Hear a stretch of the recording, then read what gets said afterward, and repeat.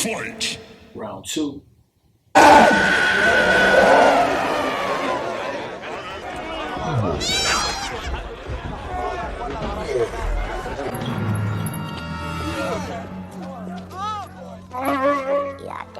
Yate, Yoto. Kawawoki. The illustrious Jabba bids you welcome and will gladly pay you the reward of 25,000. Yoto.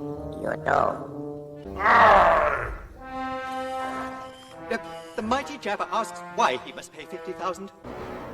Because he's holding a thermal detonator.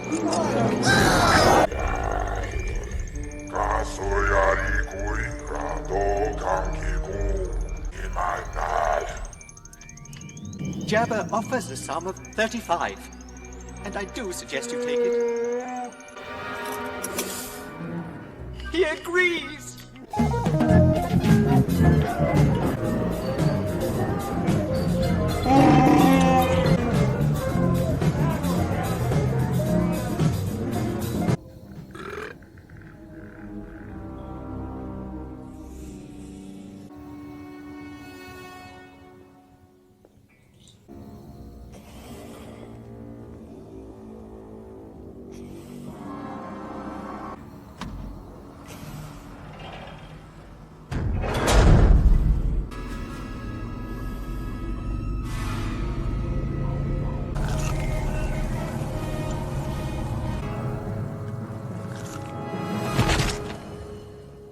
Just relax for a moment.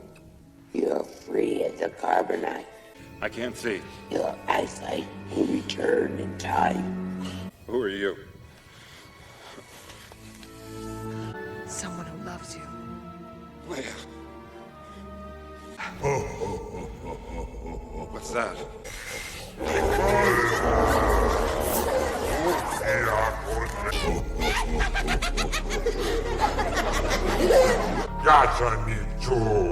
Jabba, a pay trip. You're throwing away a fortune here. Don't be a fool.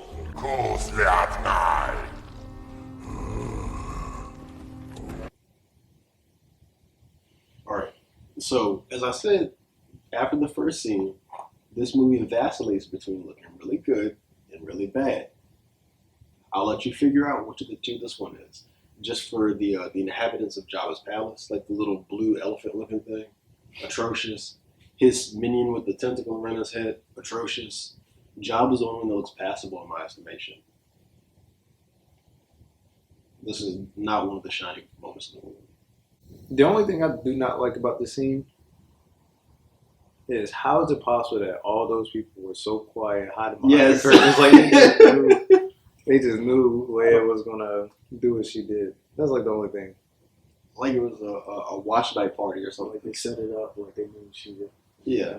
They just closed the curtains. We could. So this implies, Des, I'm glad you said that.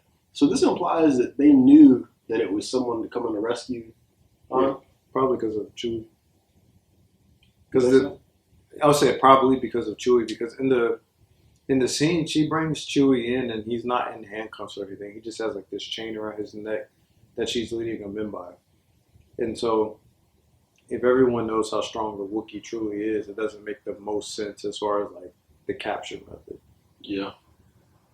From my perspective. That's plausible. And I also want to ask about Boba himself. Is Boba on retainer for Jabba? Probably.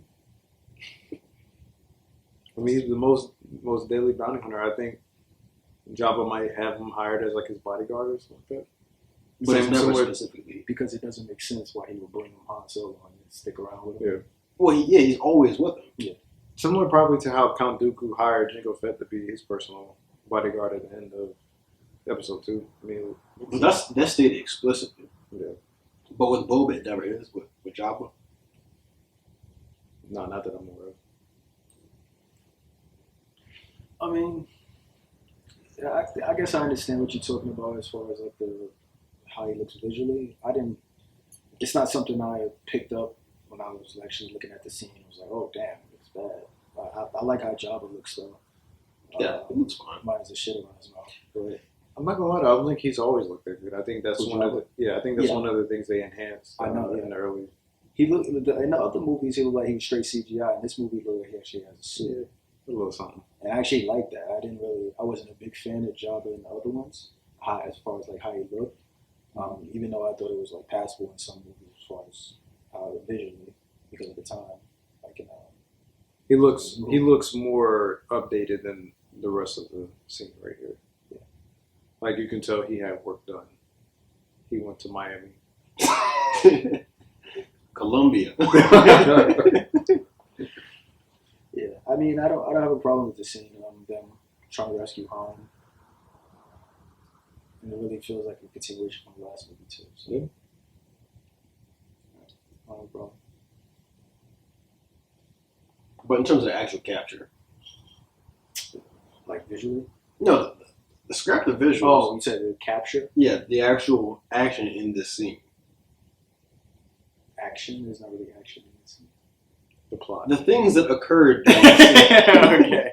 This is the plot thing. No, I mean- yes or no. I know. Yeah, no, it's fine. I don't have a problem with Leia coming in and trying to rescue Han. I mean, maybe I have questions like, wait, how did they come up with this plan and everything? But I don't have a problem with it. I think I was telling you off screen that this feels like two separate stories in one movie. So, Which it is. So I mean, yeah, can't really get mad too because I read about like Harrison Ford wasn't sure if he was going to be in this one because of the success of like Raiders of the Lost Ark and everything like that. So it was kind of at the last minute. They didn't know if they wanted to kill him off or do it. So I think they kind of just like, oh, let's have him get released and then we go deal with Darth Vader. I think that's how it was. That actually does make a lot of sense. It would have made this movie so much more short though. If they would have killed them all. Well, Lucas probably would have wrote something else in. Yeah, but there's like not much that you can write and finish in one movie. Like, cause the thing with the original trilogy and the prequels is that there's never a complete story. Like when we think about Rogue One and the Star Wars movies, those are like complete stories because there's a definitive beginning and then there's a definitive ending. Because it's like a filler. It fills in, even though they're really good, they fill in what happens between like episode 3 and episode 4. Whereas if he would have told a whole nother story, the likelihood of it have being a complete story, as far as it being newly introduced and then arriving at a conclusion, and then not overthrowing the magnitude and importance of the Darth Vader and Luke Skywalker fight, that would have been. I don't think it would have fit. Maybe he would have replaced the Jabba stuff with, I don't know, maybe Darth Vader, while they was constructing the Death Star, sent Boba Fett to try to find Luke and bring him back, and then maybe he kills Boba Fett or something like that, and then maybe he sets up sets up a story for Boba Fett or something like that coming back to Luke or something. I mean, it sounds good, but then again, part of this movie is centered around Luke and Yoda. And it's eventually the end of Yoda's life and things of that nature. So I don't think you can go that route because then it potentially opens up a can of worms as far as like the Empire finding out, oh shit, Yoda really did survive Order 66 and he's been hiding here all this time. And I don't know. It'd be interesting. But the Empire doesn't find out. No. Yeah, But I'm saying, because how good Boba Fett is at what he does, yeah. The likelihood of him finding Dagobah increases. And then, of course, if he's reporting back to Darth Vader, then it opens up a can of worms. Fight! Round 3.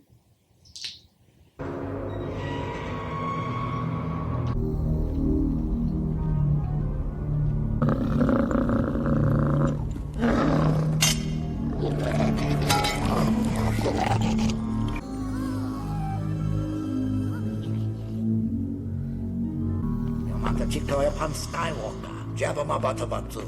You will take me to Jabba now. It'll talk about Jabba now. You serve your master well.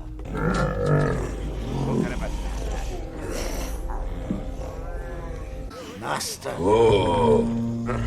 Jabba no pace Luke Skywalker, Jedi Knight. Thy modes be and go eat. Koya Maya's Kum. Sturo Nahum Jedi Mind. You will bring Captain Solo and the Wookiee to me. 야구 타차 가분유니 쌓기. You can either profit by this or be destroyed. It's your choice, but I warn you not to underestimate my power. Jordania shajanito.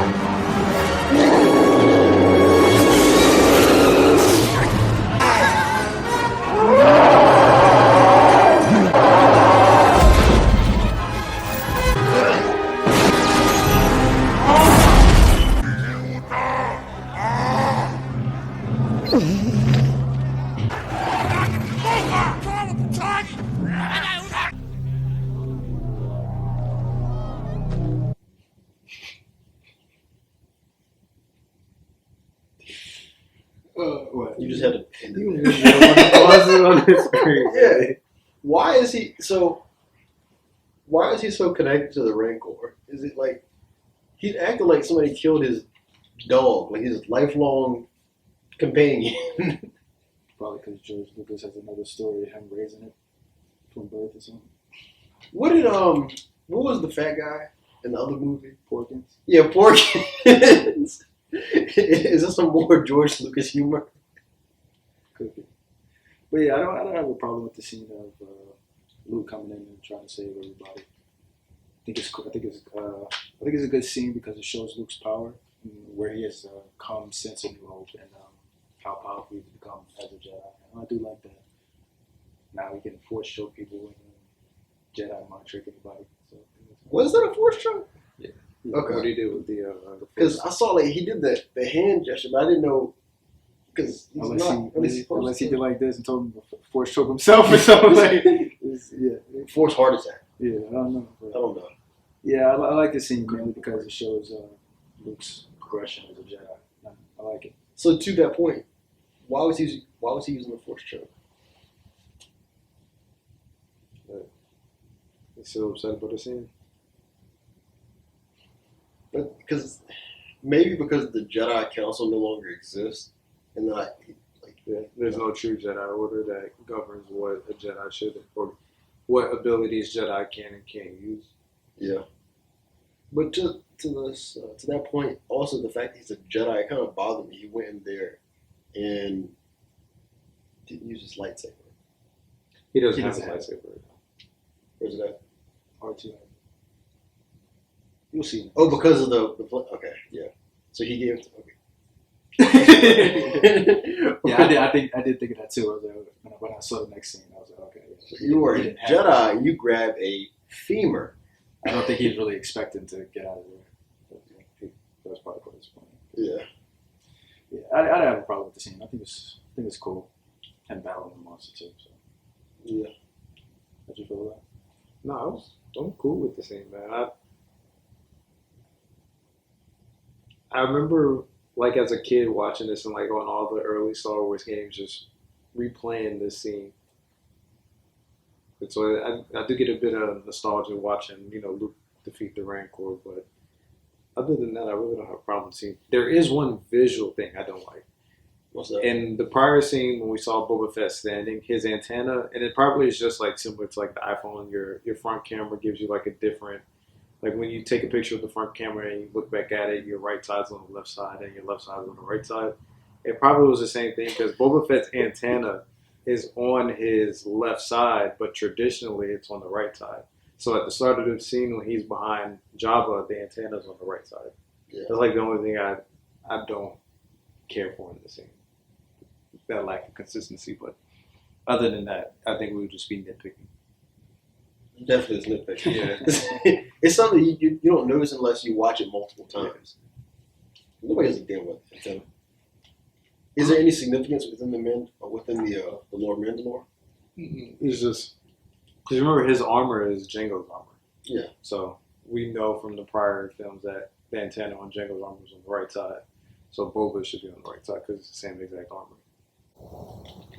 But as far as like the different tribes within Mandalore, I don't think so. I think they all have it on the right side. For those that do have it. Gotcha. I think the Rancor is one of the most iconic beasts inside of Star Wars. I'm trying to think if there's another one that tops it. I think that's the only piece inside of it. No, remember the one that they in the Coliseum with Palpatine? Oh, those three? Yeah, like there's been a I'm saying beast in a generic term in terms of like all the animals that are introduced inside. We're talking about. Yeah. I think it's the most vicious looking. It's the most like when we think of monsters, like it fits the bill of a monster. Whereas when we think back to Attack of the Clones, you know, those three beasts really didn't fit the bill. They were like just really unique, vicious creatures, but they weren't like innately scary looking.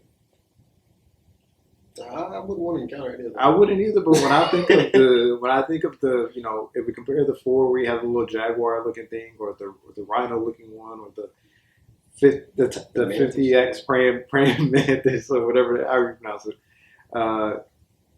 yeah, the least I would want to encounter is the Rancor. That's a fair assessment. Even though that mantis looks like it, you know, it's a piece of work, but the Rancor just makes your skin crawl. Yeah, and just I'm not gonna say it just for because I don't want to taint the video, but you saw the scene where the orc where he got dropped down and the Rancor grabbed him, and then his homies up top they start giggling, and it'd be like, so I'm gonna let you fill in the blank. You're really ancient. Do with the information what you made. By that time, Jabba was already pushing over that door, so they what they gonna do other than shit? Yeah. Hey, sorry, man.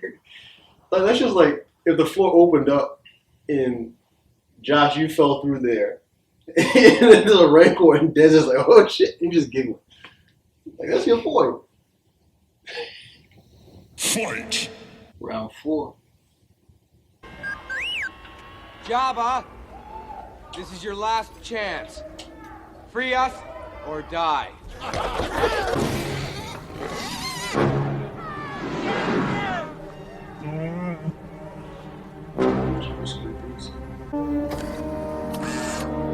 Kurs Yuma!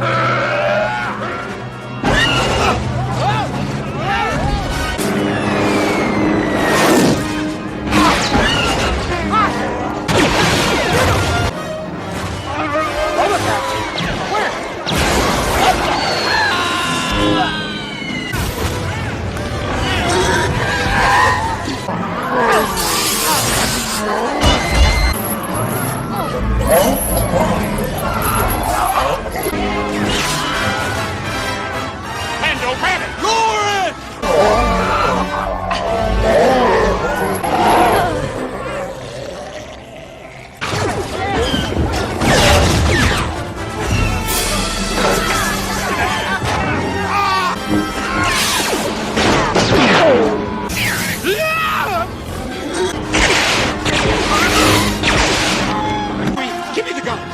Don't move, Lando! Oh, wait, I thought you were flying! Chewie, pull stop! Get the gun! Point at the deck!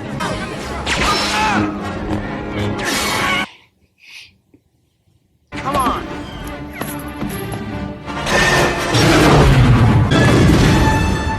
Let's go, and don't forget the droids. Run over!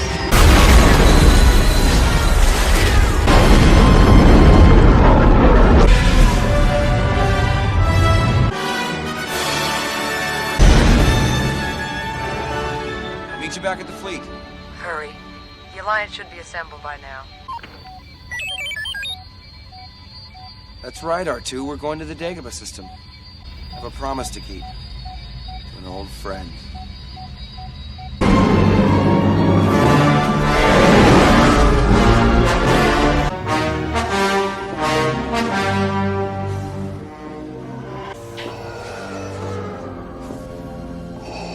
Rise, my friend. The Death Star will be completed on schedule. You've done well, Lord Vader. Now I sense you wish to continue your search for young Skywalker. Yes, my master. Patience, my friend. In time, he will seek you out. Only together can we turn him to the dark side of the Force. This is what customers think is going to happen when they call corporate.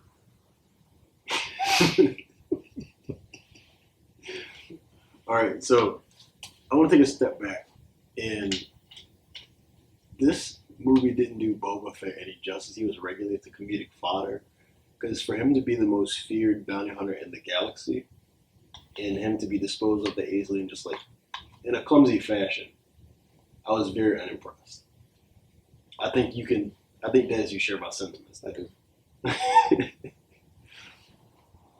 And the interesting point about here, in particular, when Palpatine and Vader are talking about bringing Anakin before them to essentially try to get him to join the dark side, there's an underlying implication with the Sith rule of two that there's only two.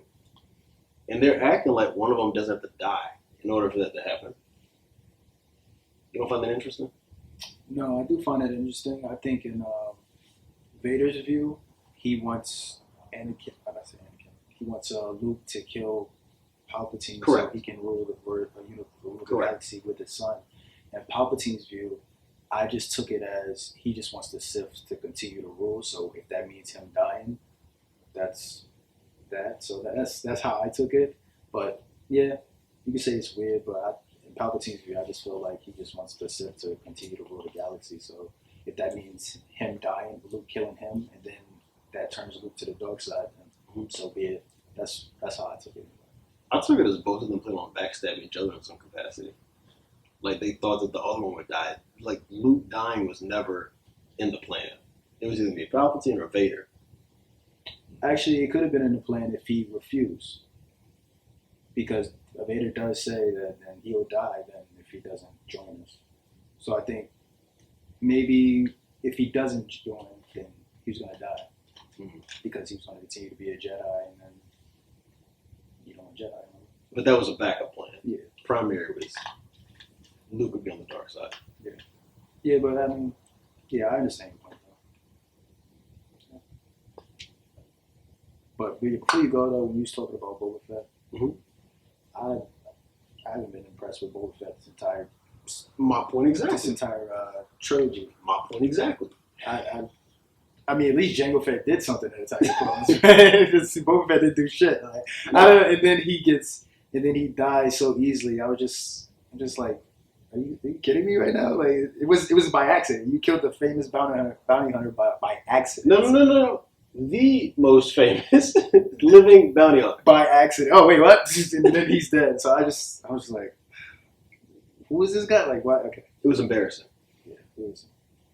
I mean, I don't know if he's supposed to be like a big character. I don't know how big of a character he's supposed to be, but he's not impressive, to be honest with you. I haven't seen Book of Boba, but I think, and this is maybe ever since he said fire, I haven't been impressed with him. Who said fire? Attack of the Clones, Boba Fett. Oh yeah. When he was driving the ship. Maybe, and this is me projecting Des, you maybe could give me a yes or no that they do him some justice. And he had. He said no. No, sir. Boba Fett is not a great sequel to what we have been told and shown Boba Fett to be. That's disappointing, but I'll indulge and keep that in my back pocket. I like to form my own opinions, but I'll level my expectations a little bit going into it. Please.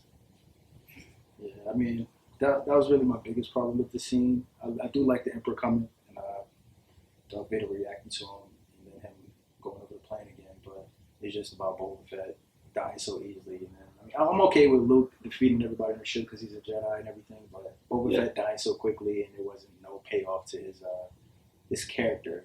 It's disappointing. So yeah, that's really the biggest thing I have with this scene.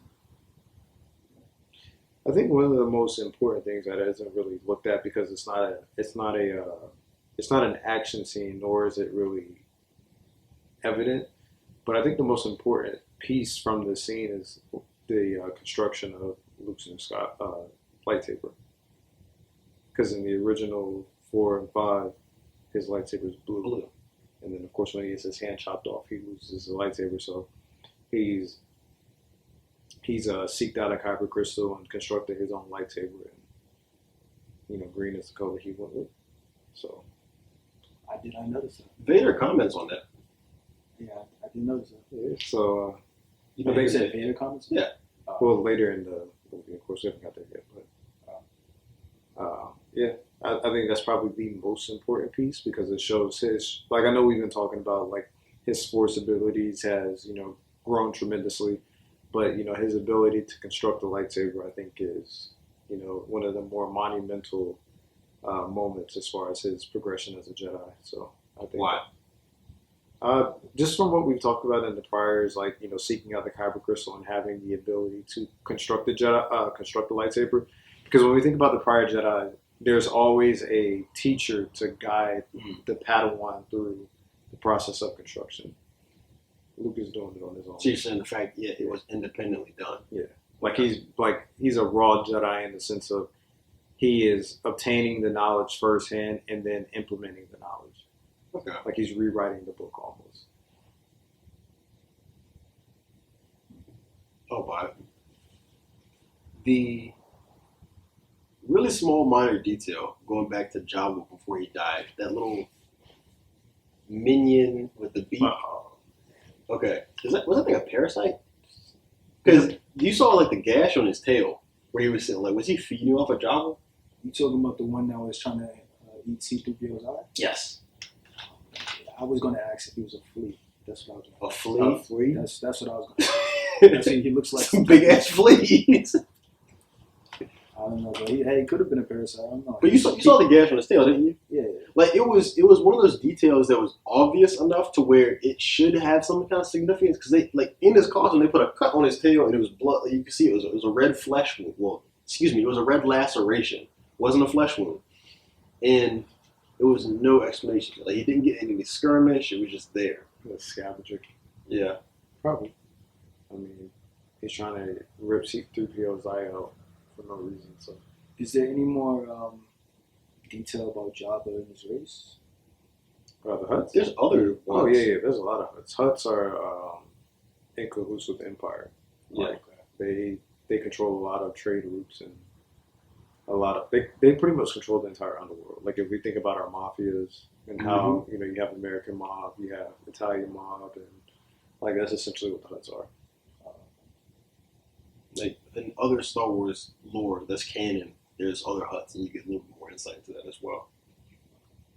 Yeah, I asked that because I didn't know if there was something in another book or series where they talk more about Jabba and his people, and that parasite comes up, like, oh, maybe it feeds up, I don't know. That's a good point. Yeah. Specifically about that, the parasite looking, no, probably not, but we're looking into. If you think it's a big enough detail as you think it is. Maybe.